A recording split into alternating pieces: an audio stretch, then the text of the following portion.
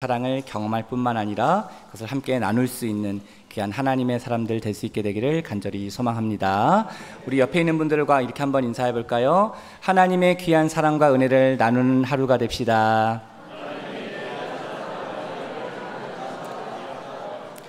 자, 우리 소예배실 화면 한번 보여주시기 바랍니다. 자, 여러분 오늘도 주님 은혜 가운데 잘 오셨습니다. 사랑하고 축복합니다. 네, 감사합니다. 오늘은 믿음의 시작, 하나님의 부르심 12번째 시간, 말씀하신 대로라는 제목으로 하나님의 말씀 함께 나누도록 하겠습니다. 우리가 2주 전이었죠. 지난번 창세기 20장에 기록되어 있는 그 말씀을 가지고 함께 은혜를 나누었는데요. 자, 여러분 2주 전에 했던 그 말씀 기억나십니까? 네, 이 침묵은 무엇일까요? 예, 2주 전에 아브라함이 그 헤브론을 떠나 그 그랄에 거류하면서 그곳에서 어떻게 보면 또 인생의 큰 위기를 또 경험하게 되지요. 전에 애굽에서 자기 아내를 누이라고 속이며 자기 아내 사라를 빼앗길 뻔했던 그 애굽의 수치를, 그 실수를 이 그랄에서도 동일하게 똑같이 반복하는 그 아브라함의 모습을 보게 됩니다. 그래서 이 일을 통해서 그 아브라함의 신앙과 또 그의 가정이 또 무너질 수 있는 큰 위기를 경험하게 되지요. 하지만 늘 그랬듯이 이렇게 아브라함이 흔들리고 연약하여 넘어질 때에 하나님께서 아브라함에게 찾아가십니다.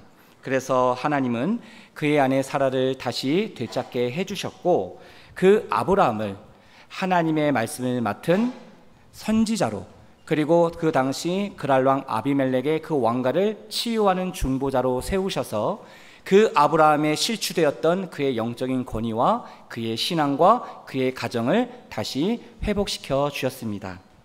이처럼 창세기 12장에서 우리가 2주 전에 살펴보았던 창세기 20장까지의 그 믿음의 여정의 길을 보면 아브라함과 언약을 맺으셨던 그 하나님, 그 하나님은 변함없이 신실하게 그 언약을 이루시기 위해서 한결같이 아브라함의 그 믿음의 여정의 길을 인도해 가셨다라는 거예요. 아브라함이 연약했지만, 부족했지만, 실패하여 넘어진 그 순간 속에서도 하나님은 당신이 맺은 그 언약에 충실하고자 그 아브라함을 조금씩 믿음의 조상으로 빚어 가셨다라는 겁니다. 사랑하는 성도 여러분, 하나님께서 지난 25년의 긴 세월 동안 그 연약했던 그 아브라함을 믿음의 조상으로 만들어가기 위해서 얼마나 애쓰고 수고하셨을까? 여러분, 하나님이 말씀하신 대로 그 정한 시기가 될 때마다 하나님께서는 엘샤다이, 전능하신 하나님의 손길로 그 아브라함을 붙들어 주시고, 그리고 그 아브라함과 함께 하셨던 그 하나님의 모습을 우리는 지금까지 살펴보았습니다. 그리고 오늘 드디어 우리가 읽었던 창세기 21장에 그토록 고대하고 기다렸던 그 언약의 자식, 그 약속의 자녀인 그 이삭을 이 아브라함과 사라가 얻게 되지요. 그래서 오늘 본문에 보면 하나님 말씀하신 대로 이루시는 그 하나님의 신실하심, 그리고 그 하나님 앞에 믿음으로 응답하며 나아가는 이 아브라함과 사라의 모습이 잘 기록되어 있습니다. 사랑하는 성도 여러분, 지금도 하나님은 말씀하신 대로 이루시는 신실하신 하나님이신 줄로 믿습니다. 여러분, 지금도 변함없이 하나님이 우리에게 말씀하고 계십니다. 그러면 그 말씀을 붙잡고 순종하며 나아가는 자에게 하나님은 말씀하신 대로 성취하시고 역사하시고 치유하시고 일하시는 줄로 믿습니다. 우리가 그 신실하신 하나님을 우리의 믿음의 눈으로 목도하고 그 주님과 함께 동행하며 나아갈 때에 하나님이 우리의 인생의 삶 가운데 우리의 계획과 우리의 지식과 우리의 모든 인간의 한계를 초월하여 일하여 역사하시는 그 놀라운 하나님의 은혜를 우리에게 베풀어 주신다는 겁니다. 여러분, 지금까지 지나온 인생의 삶들을 되돌아보십시오. 내 뜻대로, 내 계획대로 되는 것도 있지만 안 되는 일들이 얼마나 많습니까? 그럴 때마다 변함없이 하나님은 우리의 인생의 삶 가운데 찾아오셔서 우리의 믿음의 중심을 보시고 우리의 그런 귀한 믿음의 순종을 통해서 하나님의 귀한 역사들을 이루어 오셨다는 것이죠.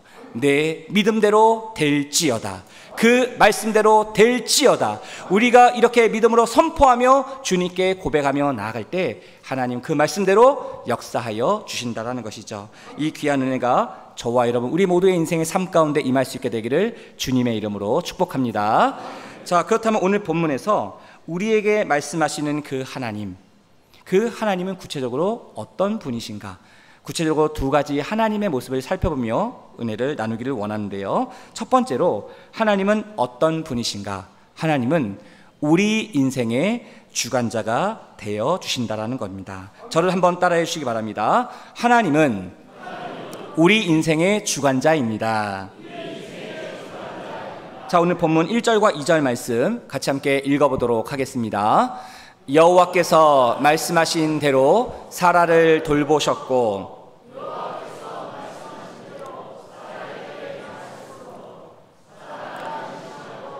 하나님이 말씀하신 시기가 되어 노년의 아브라함에게 아들을 낳으니. 자, 여러분 먼저 1절을 보기 전 2절 말씀을 보시면 2절 말씀을 처음 시작할 때의 주어가 누구라고 되어 있습니까? 2절 말씀을 보시면 사라가 임신하고 이렇게 됩니다. 사라가 임신하고 그리고 그 노년의 아브라함에게 아들을 낳았다라고 이야기를 하지요. 여러분, 이 주어가 사라라는 것은 얼핏 보면 어떻게 느껴질 수 있습니까? 사라가 이 모든 것을 주체적으로 행동하고 이 모든 것을 했다라고 우리가 생각할 수 있습니다. 이것이 무슨 뜻이냐면 내 인생의 주어가 누구인가? 내 인생의 주체가 누구인가? 내 인생의 주인이 누구인가? 그 주어 자리에 내가 들어가면 내가 그 일을 행하고 내가 그 모든 것을 행하는 자라는 뜻입니다.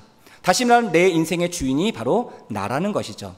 하지만 성경은 그렇게 얘기하지 않습니다. 물론 우리가 보는 이 성경을 보면, 성경책을 보면 아브라함이 이렇게 했습니다. 사라가 이런 일을 했습니다. 그 주어가 되는 아브라함과 사라의 이름을 기록하고 있지만 보이지 않는 그 아브라함과 사라의 배후에서 역사하고 계시는 그 하나님의 전능하신 손길이 아브라함과 사라와 함께 하셨다는 것을 우리는 알 수 있다는 것이죠. 그래서 오늘 본문의 1절에서는 누구로 주어를 삼고 있는가? 어떠한 말이 가장 먼저 나오는가? 자, 여러분 1절 보면 여호와께서라고 합니다. 여호와께서. 주어가 여호와 하나님이라는 겁니다. 여호와 하나님. 그 하나님께서 말씀하신 대로 사라를 돌보셨고 여호와께서 말씀하신 대로 사라에게 행하셨다. 겉으로 볼 때는 사라가 임신하고 아들을 낳은 겁니다. 아브라함에게 아들을 낳게 해준 것이죠. 이것이 완전히 틀린 말은 아닙니다. 하지만 결국 이 모든 것을 누가 주관하시고 누가 역사하시고 누가 계획하시고 누가 일하셨다는 거예요? 여호와 하나님께서. 여호와 하나님께서 말씀하신 대로 이루어지게 되었다라는 겁니다. 그래서 여러분 1절과 2절 말씀에 3번이나 반복되는 표현들이 있어요. 이것을 성경은 계속 강조합니다. 히브리 문학에서 2번만 반복해도 이게 강조인데 비슷한 말이 3번이나 반복된다. 이건 최상급의 표현입니다. 가장 하나님이 여기에 강조를 두고 있다라는 거예요. 그게 뭡니까? 여호와께서 말씀하신 대로 사라를 돌보셨고 여호와께서 말씀하신 대로 사라에게 행하시고 사라가 임신하고 하나님이 말씀하신 시기가 되어 노년의 아브라함에게 아들을 낳아 주었다. 이 1절과 2절 사이에 하나님이 말씀하신 것을 집중적으로 반복하며 강조하고 있다는 겁니다. 이것을 통해서 우리가 알 수 있는 영적인 교훈은 무엇입니까? 바로 하나님이 말씀하신 대로 하나님의 뜻대로 하나님의 계획대로 아브라함과 사라를 통해서 놀라운 하나님의 뜻을 이루셨다는 거예요. 그러니까 이 삶의 주도권이 누구에게 있는 겁니까? 아브라함과 사라에게 있는 겁니까? 하나님에게 있는 겁니까? 하나님에게 있는 거예요. 내 삶의 모든 주권과 나를 통치하시고 다스리시는 내 모든 삶의 권한이 바로 하나님께 있다라는 사실을 오늘 성경은 우리에게 증언하고 있다라는 겁니다. 여러분, 내 삶의 주체가 누구라는 거예요? 하나님이시라는 거예요. 내 인생의 주인이 누구라는 거예요? 하나님이시라는 거예요. 그 하나님이 내 인생의 배후에서 지금도 여전히 일하고 계신다라는 그 사실을 우리가 잊지 않고 기억한다라면 하나님 그렇습니다. 내 인생의 주관자는 하나님이십니다. 이런 믿음의 고백을 할 수 있다라는 것이죠. 내가 한 것이 아니라 누가 했다라는 거예요? 하나님이 다 하셨다라는 거예요. 여러분 지금까지 이 믿음의 여정의 길을 걸어오면서 내가 한 것 같지만 내 배후에 계시는 그 하나님께서 내 인생의 주관자가 되셔서 모든 것을 계획하시고 이루시고 성취하시고 역사하시고 여기까지 우리의 삶을 인도해 오신 줄로 믿습니다. 여러분 그 사실을 믿으십니까? 그것을 우리가 믿을 수 있어야 된다는 것이죠. 그래서 사도 바울은 이런 믿음의 고백을 드립니다. 너무나도 유명한 고백인데요, 고린도전서 15장 10절 말씀, 우리 화면을 보시며 같이 함께 읽어보도록 하겠습니다. 그러나 내가 나 된 것은 하나님의 은혜로 된 것이니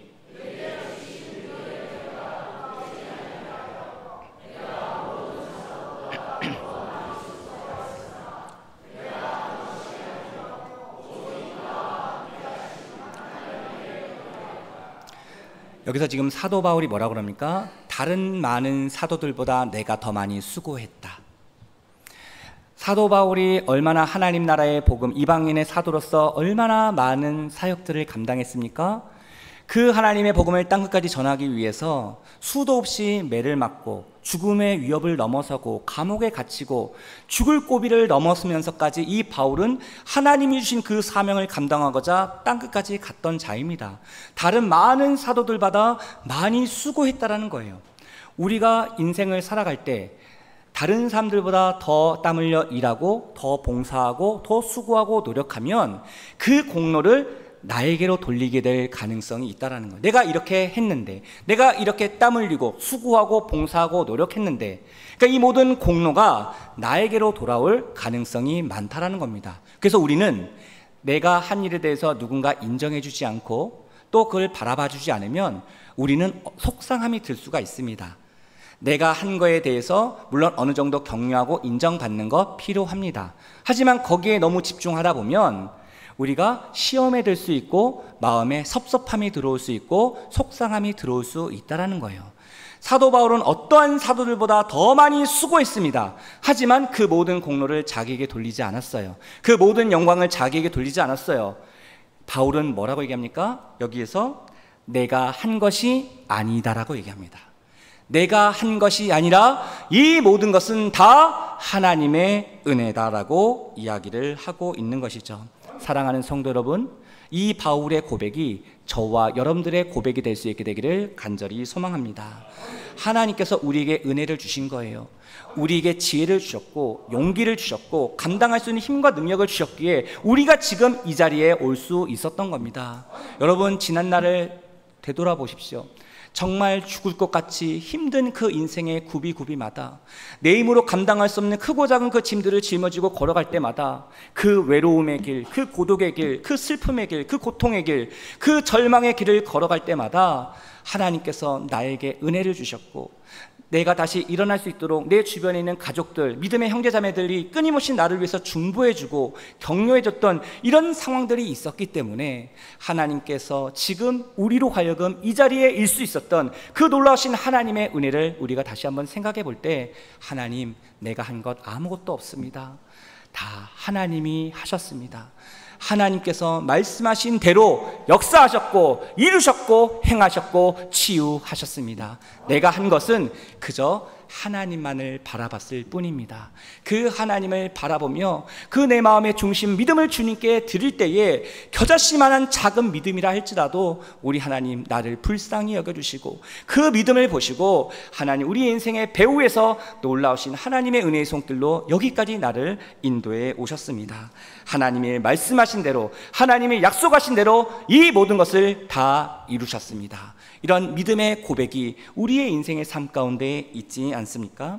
사랑하는 성도 여러분, 하나님의 말씀은 반드시 하나님의 때에 성취되고 이루어지게 되는 줄로 믿습니다. 근데 여기서 우리가 기억할 것이 있어요. 하나님의 말씀은 영원하신 전능하신 말씀이기 때문에 반드시 이루어지게 됩니다. 그런데 그 시기와 기한은 나에게 있는 것이 아니라 하나님께 있다라는 거예요. 그 하나님의 말씀이 성취되는 최종 결재권자, 최종 결재가 떨어지는 그 사인을 누가 하는 것이냐? 하나님이 하신다는 거예요. 하나님이 말씀하신 대로 약속하신 대로 우리의 일생의 삶에 그것을 이루어 가시는데 그것은 하나님의 때의 선한 방법으로 이루어 가신다라는 겁니다. 하나님이 말씀하신 그 정한 시기가 되면 불가능해 보이는 100세의 아브라함, 90세의 사라가 그 하나님의 언약의 자녀인 이 이삭을 얻게 되는 놀라운 기적의 역사를 경험하게 된다는 거예요. 하나님이 정한 시기가 되면, 그 때가 무르익으면 우리의 인생에도 이삭의 열매를 하나님이 맺게 해주신다는 겁니다. 내 생각, 내 경험, 내 지혜가 아니라 놀라운 하나님의 초자연적인 역사가 우리의 인생의 삶에 나타나게 된다는 겁니다. 그럼 우리는 무엇을 하면 돼요? 우리의 믿음을 주님께 드리며 그 주님과 동행하기만 하면 된다는 거예요. 그럼 누가 다 책임진다는 거예요? 나머지는 하나님이 책임져 주신다는 겁니다. 여러분, 이재철 목사님이 쓰신 책 중에 성숙자반이라는 그런 책이 있습니다. 근데 그 책에서 믿음을 뭐라고 정의하냐면, 믿음은 약속 어음이다 라고 정의를 합니다. 믿음은 약속 어음이다. 여러분, 우리는 뭐니 해도 뭘 좋아해요? 사람들은 뭐니 해도 뭘 좋아합니까? 머니를 좋아합니다. 돈을 좋아합니다. 현찰을 좋아합니다. 그래서 사실 이런 얘기 잘 안 하려고 그랬는데, 연애할 때는 꽃 갖다 주고 선물 갖다 주면 아주 좋아하더라고요. 누구 얘기하는 거겠습니까? 제 아내를 얘기하는 겁니다. 연애할 때는 좋아해요. 근데 결혼하고 나니까 꽃보다 선물보다 뭐를 더 좋아할까요? 뭐니 해도 머니가. 물론 그렇다고 해서 꽃도 좋아하고 선물도 좋아하지만 그만큼 돈을 좋아하더라. 우리가 살아가면서 필요한 그런 삶에 필요한 부분 아니겠습니까? 그런데 하나님은 우리에게 현찰을 주는 것이 아니라 약속 어음을 주신다는 거예요. 여러분, 현찰은 단순한 거래 도구입니다. 그래서 내가 현찰을 가지고 마트나 백화점이나 또 이런 데 가면은 내가 현찰을 지불하고 돈을 지불하면 그 물건을 살 수 있죠. 상대방이 내가 현찰을 준다 해서 그거 가지고 뭐 따지거나 묻거나 뭐라고 얘기하지 않습니다. 왜냐하면 현찰은 거래 도구이기 때문이죠. 자, 그런데 약속어음은 다르다는 것이죠. 여러분, 내가 약속어음을 가지고 마트나 백화점에 가서 옷이나 어떤 물건을 사려고 해보십시오. 그러면 그거 살 수 있습니까? 살 수 없습니다. 약속어음을 가지고는 그 물건을 살 수 없다는 겁니다. 왜 그렇습니까? 기본적으로 이 약속어음은 서로가 기본적인 약속과 신뢰의 기초에서 서로 이것을 주고받는 것이기 때문에 그렇다는 것이죠. 서로 신뢰할 수 있을 때만 이 약속어음을 사용할 수 있다는 겁니다. 근데 여러분, 잘 보십시오. 우리는 하나님과의 관계에서 신앙생활을 할 때에 마치 거래의 관계로 하나님을 대할 때가 있다라는 거예요. 여러분, 이런 경우에 이런 기도 많이 하지 않습니까? 하나님, 이번에 이거 해주시면, 이거 응답해 주시면 제가 이거 할게요. 이거 드려드릴게요. 이런 식으로 하나님과 마치 거래의 관계를 통해서 하나님이 이거 주시면 내가 이걸 내놓겠다라고 이렇게 우리가 기도하고 또 이렇게 고백하고 이렇게 생활하는 우리의 모습들이 있다라는 겁니다. 물론 우리가 필요하면 구해야죠. 두드려야죠. 찾아야죠. 그럼 하나님께서 그걸 또 얻게 해주신다고 했으니까 우리의 삶에 필요한 것들 하나님께 구해야 됩니다. 근데 계속 그것만 구한다라면, 내가 필요한 것 이것만 계속 구한다라면 하나님과 우리 사이의 관계는 거래 관계로 나아갈 수밖에 없다라는 거예요. 근데 하나님께서 우리에게 이런 거래 관계를 원하시는 것이 아니라는 겁니다. 하나님은 우리와 어떤 관계를 맺기 원하시는가? 하나님은 우리와 그런 신뢰의 관계, 그리고 믿음의 관계, 친밀함의 관계를 맺기 원하신다는 것이죠. 그래서 하나님은 우리의 이 믿음을 통해서 하나님과 바른 관계를 맺기 원하신다는 거예요. 하나님은 우리에게 그래서 현찰이 아니라 약속 어음을 주신다는 겁니다. 그래서 우리가 믿음으로 하나님과 바른 관계를 맺고, 그리고 하나님과 그런 믿음의 동행의 삶을 살아가게 되면 하나님이 말씀하신 대로 약속 어음을 한 장씩 한 장씩 우리의 삶에 결제하여 그것을 허락해 주신다는 거예요. 그러니까 다시 말하면 하나님께서 우리의 인생의 삶에 이 약속과 신뢰의 관계의 기초에서 우리에게 가장 필요한 것을 하나님의 때에 선한 방법으로 주신다는 겁니다.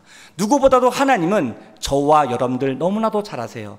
지금 이것을 이 아이에게, 이 형제에게, 이 자매에게, 이 아들에게, 딸에게 주면 이것이 도움이 되는지, 독이 되는지 하나님은 아신다라는 것이죠. 그래서 하나님은 우리와 이런 거래의 관계가 아닌 신뢰의 관계를 맺기 원한다는 겁니다. 바라기는 저와 여러분 우리 모두가 우리의 믿음을 통해서 하나님과 바른 관계를 맺고 주님과 함께 믿음의 동행을 삶을 걸어갈 수 있는 저와 여러분 될 수 있게 되기를 간절히 소망합니다. 그럼 하나님께서 그 하나님의 때에 하나님의 우리의 믿음을 보시고 귀한 은혜를 허락해 주신다는 것이죠. 여러분, 하나님이 아브라함과 맺은 언약을 보십시오. 얼마나 많은 언약들을 주셨습니까? 얼마나 많은 약속들을 하셨어요? 그런데 아브라함이 175세까지 살았는데 그의 살아 생전에 하나님의 언약이 이루어진 것은 무엇인지 아십니까? 딱 하나 이루어졌습니다. 바로 약속의 자녀를 주실 것이다. 바로 그 언약의 자식인 이 아들 이삭 하나, 바로 이 언약 하나를 이루게 되었다라는 겁니다. 그러면 그동안 많은 언약들은 다 어떻게 되는 겁니까? 하나님께서 창세기 12장부터 아브라함에게 하셨던 이 약속들, 내가 너로 큰 민족을 이룰 것이다, 너는 복의 근원이 되게 할 것이다, 이 하나님이 약속하셨던 수많은 언약들은 다 어떻게 되는 겁니까? 그럼 폐기 처분되는 겁니까? 그게 아니라는 것이죠.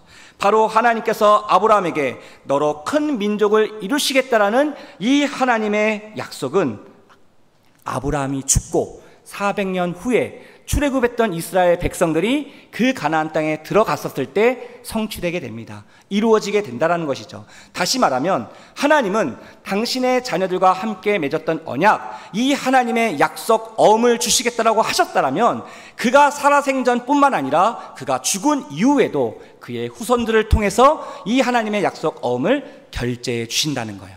사용할 수 있도록 하나님이 자자손손 대대에 이르기까지 하나님이 그런 은혜를 베풀어 주신다는 겁니다. 그러니까 우리가 하나님 앞에 이 믿음을 가지고 믿음의 삶을 살아가는 것이 얼마나 중요한지 우리는 깨닫게 되는 것이죠. 여러분, 우리가 이 땅에서의 삶만 살아가는 존재입니까? 아니라는 것이죠. 우리는 예수 그리스도를 내 삶의 구세주로 믿고 고백한 자들입니다. 그러면 하나님께서 우리에게 어떤 선물을 주셨어요? 영원히 사는 영생의 선물을 주셨다는 거예요. 다시 말하면 우리의 삶은 이 땅에서의 삶뿐만 아니라 저 영원한 우리의 영혼의 본향, 저 천국에서 그 하나님과 영원토록 살 수 있는 귀한 은혜를 우리에게 주셨다는 것이죠. 그래서 우리가 바라볼 수 있는 것은 그 하나님을 바라보며 의지하며 우리가 이 땅에 살지만 그 영혼의 삶을 살아가는 존재임을 기억하고 그 하나님과 믿음으로 바른 관계를 맺고 하나님신 그 약속을 붙잡고 믿음으로 승리하며 나아갈 수 있는 저와 여러분 될 수 있게 되기를 간절히 소망합니다. 자, 그렇다면 오늘 본문에서 두 번째로 우리가 만날 수 있는 하나님은 어떤 분이신가? 자, 하나님은 우리의 인생을 웃음으로 끝나게 하시는 분이라는 겁니다. 자, 저를 한번 따라해 주시기 바랍니다. 하나님은 우리의 인생을 웃음으로 끝나게 하십니다. 저는 본문 3절과 4절 말씀 같이 함께 읽어보도록 하겠습니다. 아브라함이 그에게 태어난 아들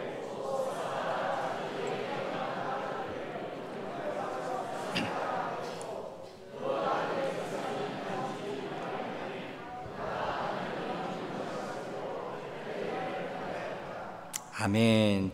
여러분, 오늘 본문이 계속 진행되는 그 말씀의 흐름을 보십시오. 아까 우리 살펴봤지만 1절과 2절 여호와 하나님께서 말씀하신 대로 여호와 하나님이 말씀하신 그 시기가 되어, 여기 4절에도 뭐라고 그럽니까? 하나님이 명령하신 대로, 하나님의 말씀, 하나님의 명령, 그 말씀대로 이 아브라함과 사라가 순종했더니 그의 인생의 삶에 얼마나 놀라운 하나님의 역사하심을 나타내 보이시는지를 오늘 본문은 우리에게 증언하고 있다는 겁니다. 하나님이 하신 말씀, 그 말씀이 아브라함과 그 사라의 삶 속에 들어가게 될 때 놀라운 하나님의 역사가 나타나게 된다는 겁니다. 지난번에 제가 한번 말씀드렸죠. 이삭이라는 이름의 뜻이 뭐라고 했습니까? 이삭이라는 이름의 뜻은 웃음이란 뜻입니다. 자, 여러분, 지난번에 살펴보았지만 창세기 17장에서 하나님이 아브라함에게 너의 아내, 그 아내의 이름을 이제 사레라 부르지 말고 앞으로 사라라고 부르게 하라라고 말씀합니다.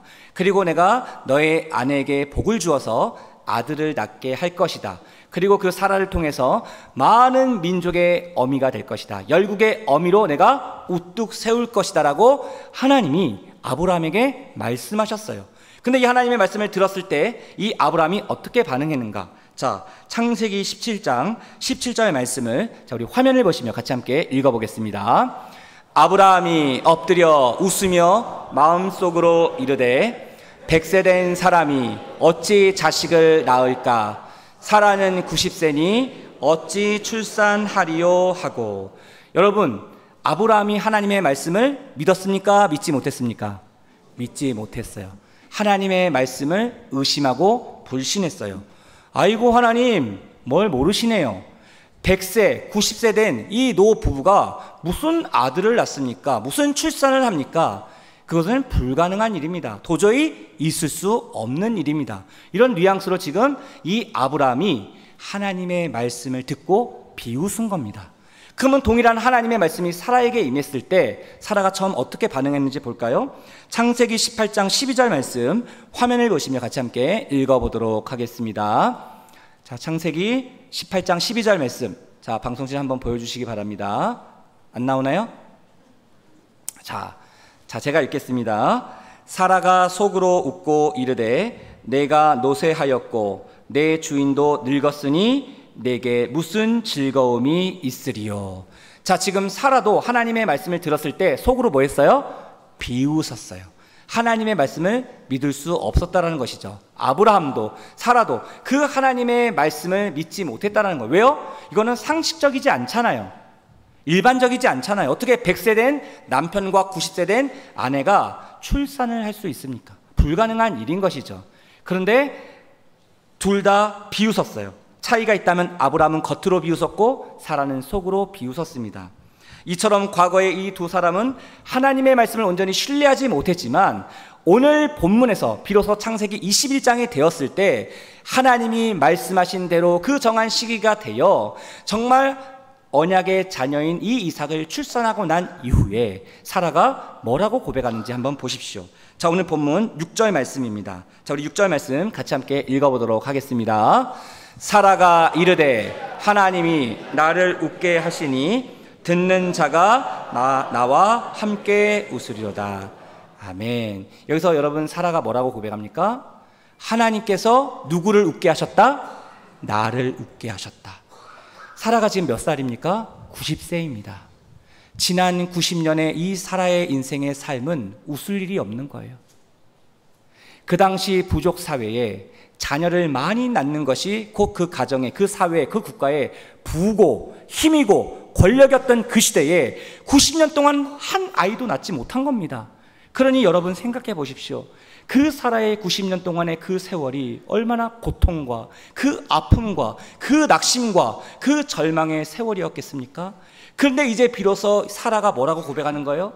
지금까지 웃을 일이 하나도 없었는데 야, 하나님께서, 그 전능하신 하나님께서 이제야 비로소 나를 웃게 하시는구나. 하나님이 내 인생의 마지막 순간에 나를 웃게 하시는구나. 이렇게 믿음의 고백을 드리는 겁니다. 이 말의 고백에는 어떤 것이 숨겨져 있는 거예요? 과거에 내가 하나님을 불신하고 하나님의 말씀을 의심했던 내 모든 죄를 회개하면서 동시에 그 하나님의 은혜를 고백하는 사라의 모습을 우리는 볼 수 있습니다. 이처럼 하나님은 고통과 슬픔이 가득했던 그 사라의 인생을 진정한 기쁨으로 매듭 지어 주셨다라는 거예요. 하나님은 불행했던 사라의 지난날의 모든 삶을 행복하게 역전시켜 주셨다라는 거예요. 다시 말하면 하나님은 사라의 인생을 웃음으로 끝나게 하셨다라는 겁니다. 사랑하는 성도 여러분, 우리도 우리의 인생 가운데 웃을 일이 별로 없고 또 힘들고 고통스러운 그런 삶을 살아갈 때가 있다라는 것이죠. 지금도 우리의 인생의 깊은 절망의 과정을 통과하며 나아가는 자들이 있다라는 겁니다. 그럴 때에 하나님께서 결국 하나님이 말씀하신 대로 그 정한 시기에 나로 하여금 웃게 하시고, 하나님 나로 하여금 다시금 회복하게 하시고, 하나님께서 다시금 나로 하여금 일어날 수 있도록 우리에게 은혜를 베풀어 주시고 지혜를 주시고 능력을 더하여 주실 줄로 믿습니다. 바로 하나님이 나의 유일한 소망이라는 거예요. 하나님이 나의 유일한 빛이라는 거예요. 하나님이 나의 유일한 치료자가 되시고 산성이 되시고 피난처가 되신다라는 겁니다. 그 하나님을 바라보며 의지하며 나아가는 자에게 하나님은 우리의 인생에 불가능을 가능케 하시며 모든 상황을 역전시키시는 우리의 인생의 이삭의 열매들을 허락해 주실 줄로 믿습니다. 여러분, 성경의 인물들 중에 다윗도 이런 비슷한 고백을 했어요. 그의 인생에 얼마나 많은 고통을 당했는가. 가족과 친척과 친구와 주변 사람들로부터 배신을 당하고 고통을 받았던 다윗, 수많은 전쟁 속에서 그 힘든 고된 삶을 살았던 다윗이 그의 인생의 삶을 되돌아보며 이런 믿음의 고백을 했다라는 겁니다. 자, 시편 30편 5절 말씀인데요, 바로 이 다윗의 고백이 저와 여러분들의 고백이 되길 원합니다. 우리 같이 함께 읽어보도록 하겠습니다. 그의 노염은 잠깐이요 그의 은총은 평생이로다. 저녁에는 울음이 깃들지라도 아침에는 기쁨이 오리로다. 아멘. 여기서 다윗이 뭐라고 고백해요? 주님의 노여움은 잠깐이요 주님의 은총, 주님의 은혜는 영원하다라는 거예요. 영원하신 하나님이 내 삶의 주인 되시면 비록 내 인생의 순간에 고난이 있고 아픔이 있고 실패가 있다 할지라도 그 영원하신 하나님이 나의 하나님이 되신다라면 그 놀라운 하나님의 은혜는 영원하다라는 거예요. 주님 안에 거하게 될 때 그 영원하신 하나님의 은혜를 우리가 맛보게 된다라는 거예요. 그래서 저녁에는 뭐랍니까? 울음이 깃들지라도, 우리의 인생의 저녁에 그 밤에는 울음이 있다 할지라도 하나님의 은혜로 말미암아 그 은혜의 아침을 우리에게 허락해 주신다는 거예요. 그러면 어떻게 됩니까? 우리의 인생에 고통이 있다 할지라도 그 하나님의 은혜가 우리에게 임하게 되면 하나님이 주시는 참된 기쁨과 하나님이 주신 그 행복의 자리로 우리를 인도해 주신다는 겁니다. 이 귀한 은혜가 저와 여러분 가운데 임할 수 있게 되기를 주님의 이름으로 축복합니다. 우리 마지막으로 옆에 있는 분들에게 이렇게 한번 축복했으면 좋겠습니다. 하나님이 말씀하신 대로 이루실 것입니다. 우리가 마지막 한 번 더 이렇게 합시죠. 당신은 마지막에 웃는 사람이 될 겁니다. 기도하겠습니다. 하나님 아버지, 감사합니다.